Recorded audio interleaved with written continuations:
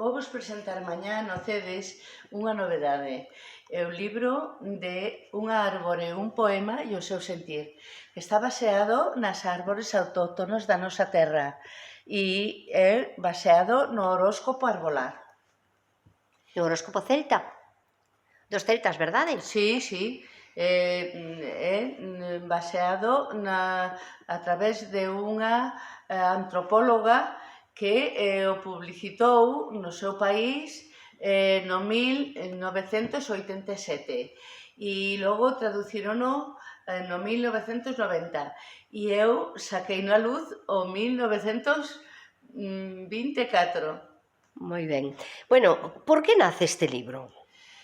Este libro nace que o meu fillo Iosca, eu son unha gran amante da natureza e das árbores. E o meu fillo Iosca me mostrou o horóscopo celta fai 15 anos. Mamá, mira que isto te vai gustar moito. E eu quedei impresionada.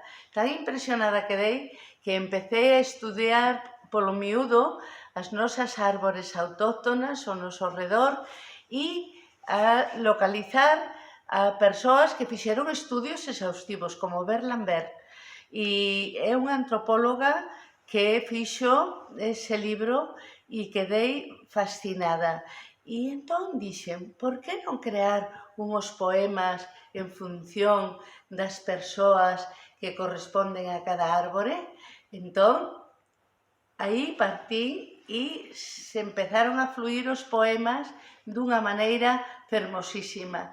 E iso me fixo sentir moi a gusto porque a xente non coñecemos incluso a nosa maravilla e as nosas árbores e nos identificarnos con elas, que iso é o máis grande que podemos ter, ver as súas propiedades e coñecernos a nós mesmos a través das árbores.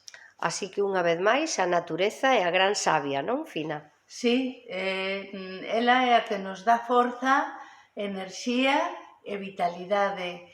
Os árbores poden vivir sin nós, pero nós non podemos vivir sin as árbores. Moitísimas grazas. De pintoresca beleza, coqueto e buscando sempre as horas estrategias, ca túa enerxía, cautivas a todos os que te miran. O teu optimismo é tan grande que eres admirable, por cal tes boas amizades, para que os que te queren conquistar faz posible de enguedellar. Esa é a miña árbore, Fina. O cedro. Que linda eres. En cuanto te vin, xa sentí que tiñes unha enerxía especial.